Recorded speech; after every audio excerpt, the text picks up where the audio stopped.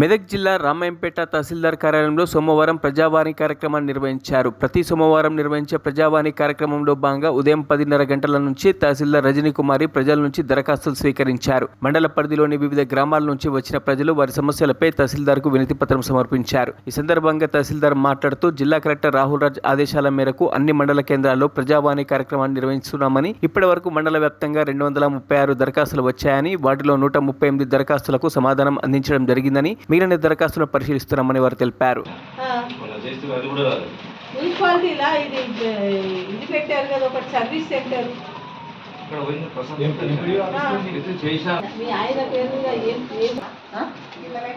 ఇప్పుడు ఏం లేదమ్మా, కిచ్చుడు అది ఫోటో, దాని వెనకాల బ్యాంక్ పాస్బుక్ జిరాక్స్.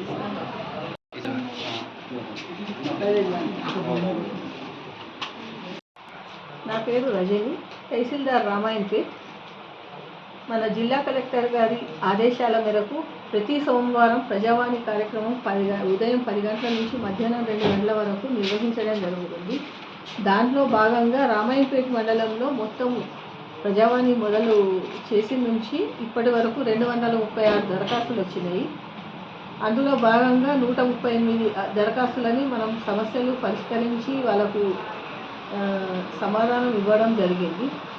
అట్లాగే ప్రతి సోమవారం నిర్వహించే ప్రజావాణి కార్యక్రమంలో రామాయంపేట పట్టణ గ్రామ ప్రజలకు అందరికీ కూడా ఏదైనా సమస్యలు ఉంటే కనుక ఈ ఆఫీస్కి వచ్చి ప్రతి సోమవారము ఈ కార్యక్రమాన్ని సద్వినియోగం చేసుకోవాల్సిందిగా తెలియజేయను. మరిన్ని అప్డేట్స్ కోసం మా ఛానల్ని సబ్స్క్రైబ్ చేయండి.